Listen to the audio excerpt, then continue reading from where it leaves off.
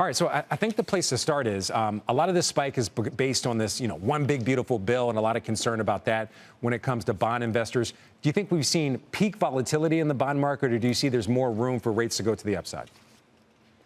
There might still be a little bit of choppiness in the near term. I think it's very possible that all of this worry about, this one big beautiful bill gets markets quite concerned that rates can go a little bit higher. I do think the move can be somewhat self-limiting, though. You saw what happened yesterday with the equity market. You saw rates move higher, equities actually come under a little bit of pressure. And that's because financial conditions have tightened, and as they tighten more and more, it becomes difficult for rates to move materially higher.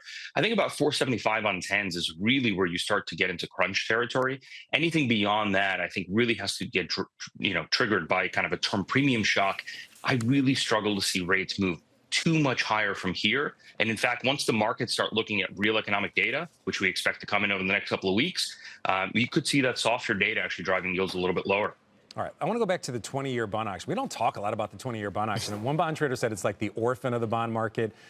Somebody else said it's kind of just this forgotten thing that pops up with an auction here and there, but it's obviously making some big headlines right now. I mentioned earlier, I think it was Barron's that said it went badly. Reuters said it was tepid. I want to get your take on a bond that we don't really talk about often. Who are normally the buyers, and what was your take on the response when it comes to demand?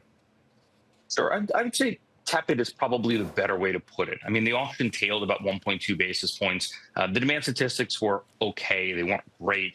And I think that just fueled concerns that the market already has about higher issuance and the fact that we are going to see deficits rise. I think what we're not really thinking about is if there continues to be little demand for this kind of orphan product, I agree with that term, you could see the Treasury actually come in over the next quarter or two and actually decide to trim down long and auction sizes. That's something that we can definitely see Treasury Secretary Bessent coming in and doing in order to address that higher term premium.